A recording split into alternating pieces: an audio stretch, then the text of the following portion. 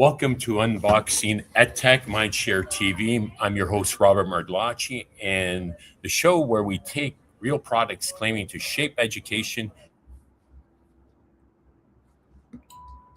our strategic signal test. Today, we're unboxing a sample package from Generation Faraday, a product designed to block all wireless signals and essentially creating a distraction-free environment for learning and focus. We're going to take a look under the hood, evaluate how it works, and ask, does this solve a real problem or a surface level problem? Our guest, Jennifer Andrulowicz, is the Chief Revenue Officer at Generation Faraday. Jennifer leads the strategic partnerships and helps institutions explore signal blocking solutions for distraction-free learning environments. She brings deep experience in education, technology adoption, and implementation. Jennifer, thank you for joining us this afternoon. Olympic hockey championship gold medal, Canada, US. 1-0 for Canada. And this is our special Olympic edition. And I'm wearing red by accident to represent your Canada maple leaf, right? So, thank you. No question, I am cheering on our USA athletes. I feel compelled to share with you what I'll be wearing. I want to look official today, but here is our Canada jersey that I'll be donning when we're done. But thank you for the package. Of course. And Robert, I have to say, I so enjoy being here. This is my second time, I believe, doing this. And I still have to give you that tiny demerit for the pronunciation of my last name. Andrulowicz. No, not even close. Andrew Levitch. You know, I'm doing that on purpose. If I can say Martellacci and speak to you in Italiano, you can get Andrew Levitch. Maybe we should do this in Italian, given your abilities and my abilities to speak Italian. But it is apropos, given the Olympics are hosted in Italy this year. But let's get on to the business of today, and that's Generation Faraday. Talk to me about where things are at. I was at a couple of conferences recently, and there's a lot of chatter about distraction-free zones. In fact, one of the school districts in Canada is controlling computer access. One of the states is banning technology in the classroom. There's a lot going on.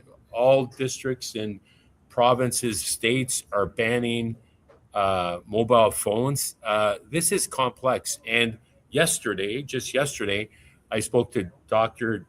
Gina Czerkowski, another great Polish last name, that talked about her well-being conference. And I raised the issue about distraction-free zones. And I mentioned Generation Faraday because I think there's a lot of merit to this awesome product that I'm going to unbox, give a sneak peek right now, but I don't want to get ahead of myself. So give me your perspective on how things are evolving with your expertise. Well, first of all, I'll solve that 800 pound gorilla in the room question, right? It is not a superficial or surface level challenge right now. It's pretty widespread across North America and in every single country that has students who are able to afford a device to come into the classroom. So you got one of our sample boxes there. We pride ourselves on everything we do, which you can see is evident in what you received. But we're going to market right now with a number of different, there it is, there's our overview brochure. And as you unpack that, we're going to market with different solutions, Robert, because we know that districts are at different levels of readiness. In Canada in particular, as we're on Canadian EdTech TV, every province, every district has a different way of thinking about this. There's not really one universal cell phone policy. So I think we would fit in nicely. As we came up and showed in person at the EdTech C21 back in, when was that? No, October. Yes. There's a number of signal blocking bags that work well, lockable, as well as you received in the box, as well as magnetic.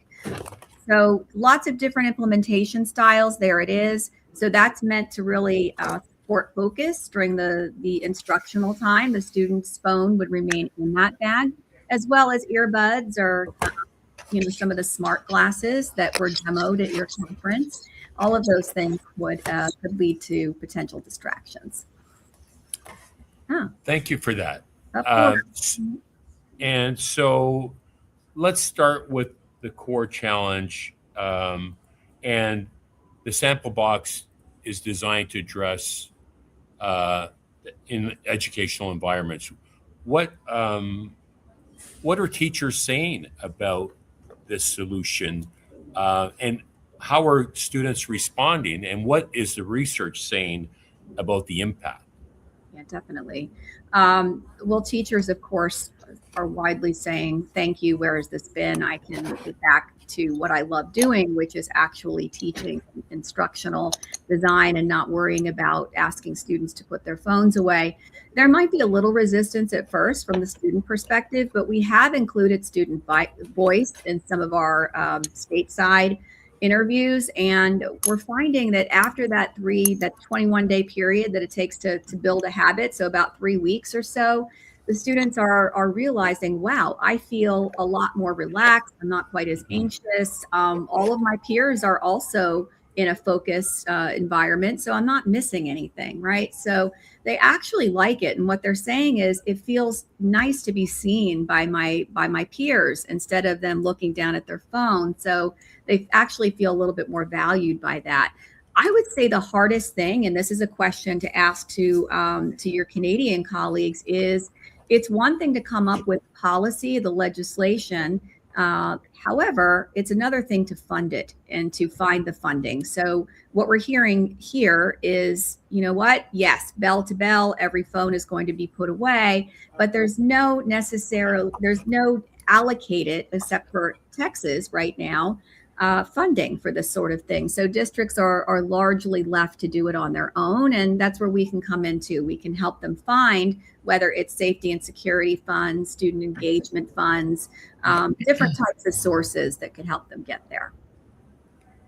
Awesome. Thank you for that. So I love the layout of the box and how you conveniently packaged everything and make it really straightforward. I just unlocked. There's a unlocking mechanism. So I unlock this. Now, why don't we put it to a test? So you've got my mobile number, I believe. So I've got my phone, my mobile phone here, and I've got the volume up, which I don't normally do when I have a podcast, when I'm on Mindshare TV, because I'm mindful of not getting distracted. And then so I'm going to pop open. Well, first you're going to call me and show how my cell phone will ring, and then how it will disappear from ringing.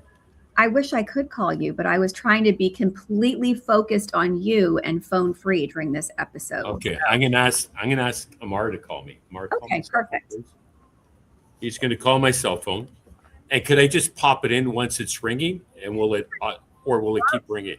You can show everybody how it's ringing now when he calls, and then you can put it inside the bag, and it's ringing. Mm-hmm. You hear that? I do. Okay.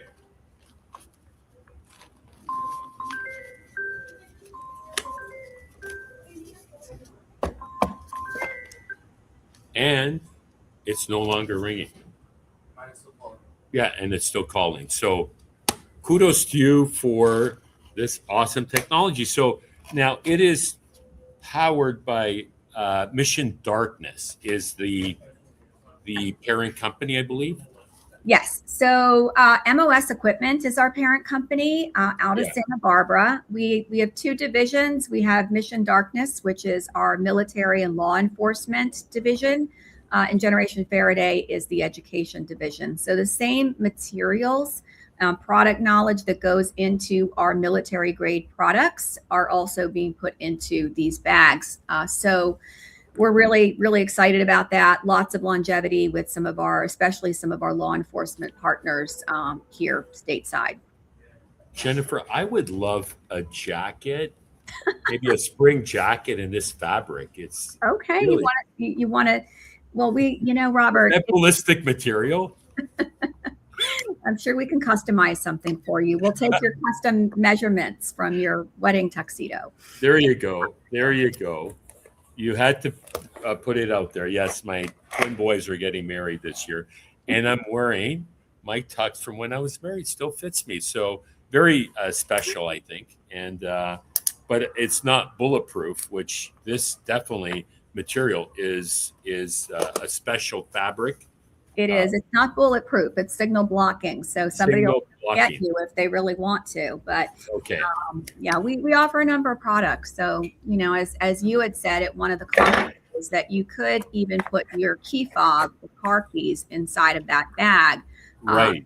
You want to prevent any kind of theft that's happening right now. So, yeah, can we get a hockey score while we're on here? And I want to say thank you for talking to me instead of cheering for your. I know this is very uncommon and probably uncouth for a Canadian to not be watching. Our Minister of Education gave permission to all teachers to play the hockey game, the championship games during school hours. So that was very kind of Minister Calandra. Amar, any update on the score? Still 1-0 for Canada. We'll have to put something on the line for this. How's that sound? What would you like? I know. Let me think about it. Could be lunch. Could be, a custom-made jacket in that fine fabric. Okay. We'll pay maple syrup. I'll put maple syrup on the line. Okay. I don't great Canadian maple syrup. Don't want maple syrup. We'll Megalomaniac, maybe something from Megalomaniac. There you go. That sounds awesome. So, talk to me about what's next. Yeah. So, we're really focused on the fact that school doesn't stop between the hours of 8:30 and 2:30. So there's a lot that happens before the bell and after the bell, and specifically here within the whole school community. So when you think about what you were telling me about your 3-on-3 hockey, there are a lot of athletic departments across our two nations, and you need a lot of focus. You need optimal performance to really do well. So we're starting to engage with athletic directors for really taking the idea of sleep performance, of being off of social media at night to a new level. Also thinking about after school programs. And so continuing those analog activities that students have gotten back to and getting them to step away. We love our esports, of course, but getting them to really get out there and get that physical education. And so we're doing a lot in California, where you went to school, with what's called extended learning opportunity programs, or ELOP. So there are billions of dollars available for this type of thing to support after school engagement at its highest level. So that I'm super proud of. It's something that it's a problem that we're solving definitely during the school day, but what happens after 2:30? So we want to still help the students regulate themselves and continue that into the early evening. Thank you for that. And might I add that for Lent, I am giving up my phone after 9 o'clock, and I will be placing my phone in a Generation Faraday pouch. Okay, that's wonderful.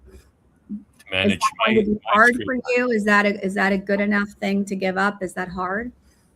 It is hard because passion has no clock is my famous tagline in what we do, and being in the workspace and with Mindshare Learning. So it's busy. So I tend to work different hours. And by the way, Dr. Alec Couros from the University of Regina chimed in. Go Canada.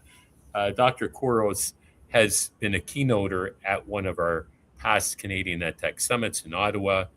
He's a brilliant mind. And thank you, Alec, for chiming in on Canada. Go Canada. So talk to me about where you're going to be next. You were just at AASA, which I was experiencing FOMO because I saw a bunch of my colleagues there. Did you meet any Canadians? I believe some soups from Canada also travel down there, although we've cut back on travel. There have been some travel bans, as I understand, even in Yeah. the U.S. Of course, of course. I did not have the pleasure of meeting anyone from Canada this time. We attended sessions, a couple really around social emotional learning, a lot of sessions on that, a lot of sessions on superintendent well-being, really, thinking about the leaders in charge and how to keep them at top shape and top performance. So it was awesome. What's next for us?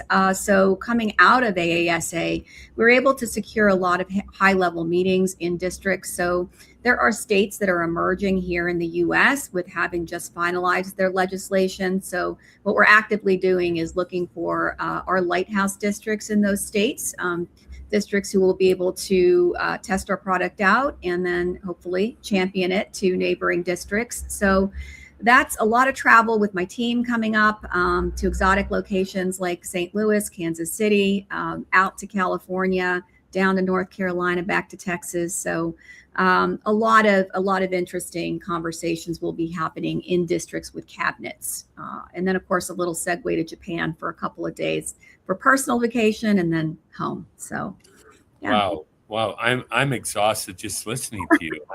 I've had my share of travel in the last 6 weeks. I think I was on the go four of the 6 weeks. So I'm happy to stay on the ground. I'm grounded for a couple of weeks Yes. until March. I am invited to Paris for the EdTech Global Alliance of Alliances meeting. That's Okay. a tough assignment. That is a really rough assignment, Robert. Yes. I'm sure you're I, going to take your Faraday bags with you so you can tell absolutely. the Minister of Education about us. Hashtag blessed. Absolutely. I always travel with one. And we have a branded one. I don't have one with me, but from our summit. And thank you again for that partnership. Yeah. It is about partnerships are so vital in this new normal where sustainability is one of the greatest challenges when it comes to funding education, isn't it? You Yes. need some really creative financing. You do. You do. And you can add so much more value to your partners if you can help them discover how to fund it, or help them to write for grants. But there are a lot of viable resources out there and ways for them to implement. And oftentimes it just takes a little bit more in the conversation to be that active partner in helping them, find the funding, so to speak. So, I'm really, it's such an opportunity to be able to do this and to be, right now we're disrupting the industry. We weren't the first to the dance, so to speak, but we definitely have, from what I'm hearing from our experience and with our customers so far, is that our product is so much better designed in terms of durability. We just did, this is something that isn't said in the box, but we just did cycle testing. And so every time a student puts the phone in the bag and removes the phone, that is what we consider to be one cycle. So our bags are testing right now at over 4,000 cycles, which translates to be about 6 years of use that it's going to be still signal blocking, whereas some of our competitors only boast 200 cycles. So that's not, it's barely getting through the first year. And then of course our biggest competitor in the US is not signal blocking. So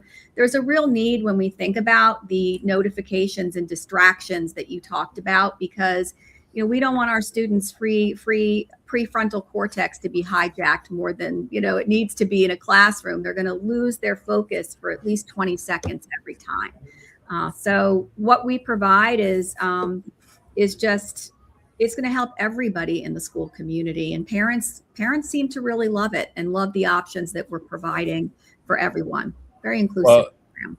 And kudos to you, and you must feel really good about the impact that you're making, because it's totally positive. It's helping support well-being and mental health and getting good grades. Rogers Media did a study, and now they have a national campaign, which might be a great partner for you to helping kids manage screen time with celebrity athletes, Blue Jays, Olympians.